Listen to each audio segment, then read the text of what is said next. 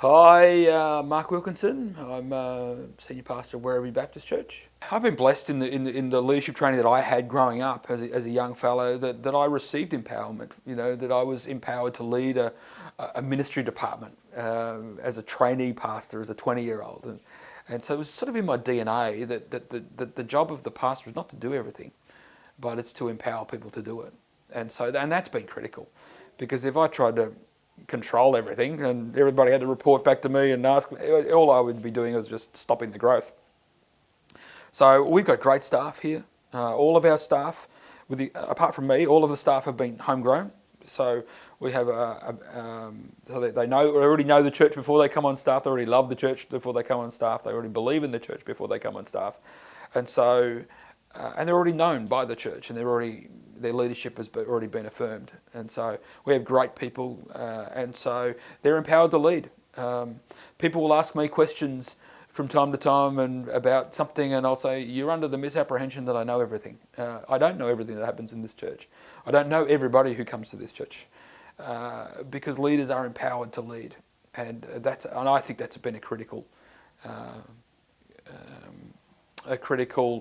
reason for our growth, that we've had these structures in place to do that. And I don't want to micromanage people. I want to release them. They're good people. I guess the principle is find good people and release them into their ministry. And if there are issues, you deal with them. But by and large, we haven't had too much at all. In terms of empowerment, we changed our constitution to reflect the empowerment models that we were having. And so we we did some constitutional change. I think every church needs to do constitutional change every 5 to 10 years. You need to have a look at it, see if it's still functioning for you. And so we certainly did that. We did that at a time of peace. It wasn't a difficult thing. It was just having a look at that. And we did that at an appropriate time to reflect the empowerment that we wanted to have. And so I think that's an important thing to get that right as well. In our model, we'd had elders and deacons. And for us, the deacons weren't really working. Ministry was actually generated by staff, but the constitution didn't reflect a multiple staff situation. So we had to change our constitution to reflect our staffing model, not our old model. In some ways, the constitution had to catch up with where our church actually was now, and so that was a key part of the constitutional changes that we did a few years ago.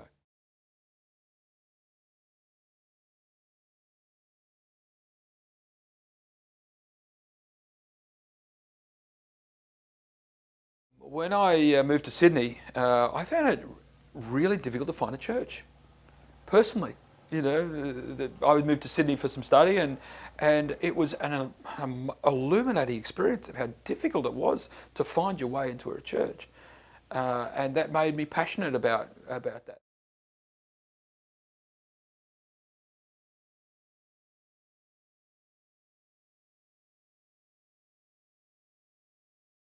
Also, again, one of our key staff had also had the same experience of moving interstate and moving into this community, and found it really difficult to find a church. And so together we really started to work on integration principles, and we now employ someone. I actually employ someone on Sunday morning whose job it is to identify new people and welcome them. And so they are greeted.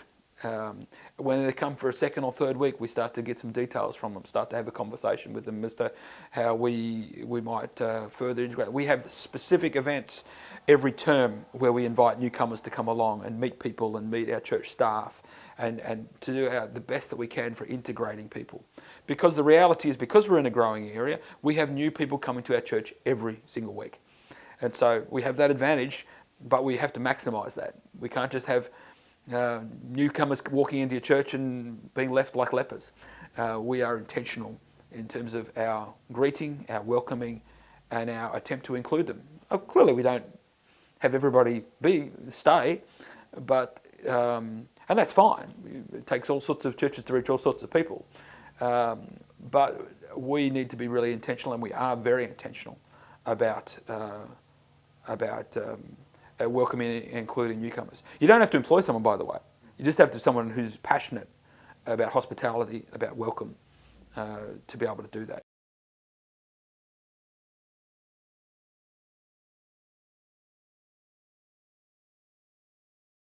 my own experience was being in places where I wasn't welcomed, and I could see how easy it would be to drop out. I was a committed Christian. I mean, I was a pastor, and I could see how difficult it was to move into a new community and find a church you could be a part of. For us, for my wife and I, it took us at least 3 tries. Probably the 4th church that we actually tried, we actually ended up staying. And the key was we got welcomed. And so we then apply that back to our own experience. We apply our own experience back here to Werribee, and think that's an important aspect of that. People appreciate that. People appreciate being remembered and remembering names, and so we're very intentional about that. It's not just one person's job, but we're very intentional about that. We build that into our services as well, so an intentional welcome time in the middle of our services. So again, there's opportunities for greeting. Hey, we're not perfect at it, but we are very intentional about it.